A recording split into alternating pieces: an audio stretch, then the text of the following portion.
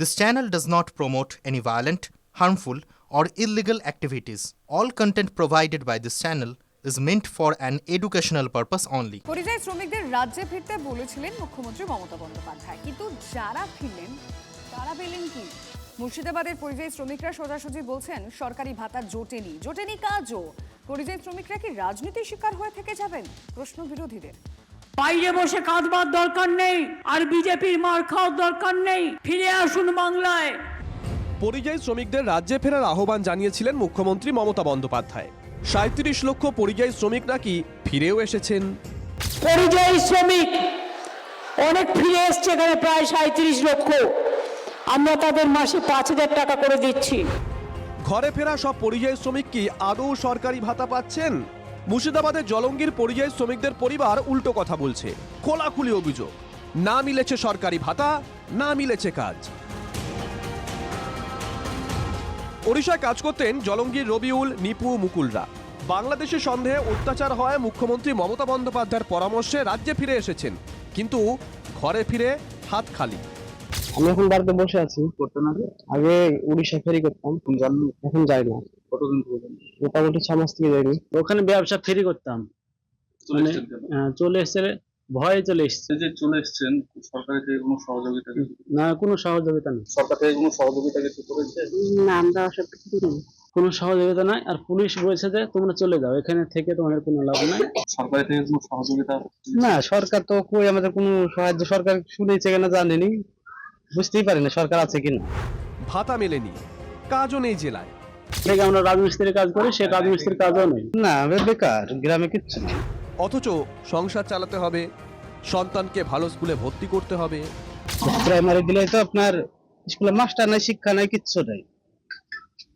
প্রাইমারিতে আপনার এমনি যদি পাবলিক স্কুল না দিলে বাচ্চাদের জীবনটা নষ্ট হয়ে যাবে। পকেট ভরবে কিভাবে? আবার ভিন রাজ্যে ফিরে যাওয়ার কথাই ভাবছেন পরিযায়ী শ্রমিকরা। অসহায় পরিবারও। প্ল্যান তো আছে যে আবার ওখানেও যাবো। কোনোদিন যদি ঝামেলা টামেলা মীমাংসা হয় তাহলে আবার থেকে যাবে। বাইরে কাজ ছাড়া তো উপায় নাই, এখানে তো কাজ নেই কিছু। এখানে কাজ নেই, এখানে সেটা খেতে পাবে না, সংসার চলবে না, সেজন্য বাইরে আছে, ভয় ভীতি করে বাইরে আছে, থাকতে হবে। শাসক দলকে চড়া সুরে আক্রমণ কংগ্রেস বিজেপির। কারণ বর্তমানে ভাতারের লোকেরা এই ভাতা পাচ্ছে না, তাহলে মুর্শিদাবাদ লোকেরা পাবে কোথায়? মুখ্যমন্ত্রীর প্রতিশ্রুতিটা খুব ভালো বোঝেন এবং দেন। মমতা ব্যানার্জির ৫,০০০কে দুপায়ে সজোরে লাথি মেরে তারা আবার দিল্লি, রাজস্থান, গুজরাট, মধ্যপ্রদেশ, ছত্তিশগড় সেখানে ছুটে যাচ্ছে অর্থ সংস্থানের জন্য। কিছু নেই পশ্চিমবঙ্গে, বন্ধা করে দিয়েছে এই পশ্চিমবঙ্গকে। সবাই নাকি সুবিধা পাচ্ছে, দাবি তৃণমূলের। মুর্শিদাবাদ জেলায় যে সমস্ত পরিযায়ী শ্রমিকরা, যেমন সাগরদিঘি, লালগোলা, ভগবানগোলা, এদিককার শ্রমিকরা আস্তে আস্তে তারা নিজেদের বাড়িতে, নিজের গ্রামে, নিজের এলাকায় ফিরছে এবং সরকারি সমস্ত প্রকল্পের সুযোগ সুবিধা তারা পাচ্ছে। ঘোষণা আর বাস্তবের মধ্যে এত ফারাক কেন? কৌশিক ঘোষের রিপোর্ট, TV9 বাংলা। তৃণমূল নেতার ভাইয়ের রক্তাক্ত মৃতদেহ উদ্ধার হয়েছে। বিধানসভা ভোটের আগে মুর্শিদাবাদের ফরাক্কায় তীব্র উত্তেজনা। আমি কথা বলতে চাইবো, আমাদের রিপোর্টার কৌশিক রয়েছেন টেলিফোন লাইনে। কৌশিক, এখনো পর্যন্ত পুলিশ কি বলছে?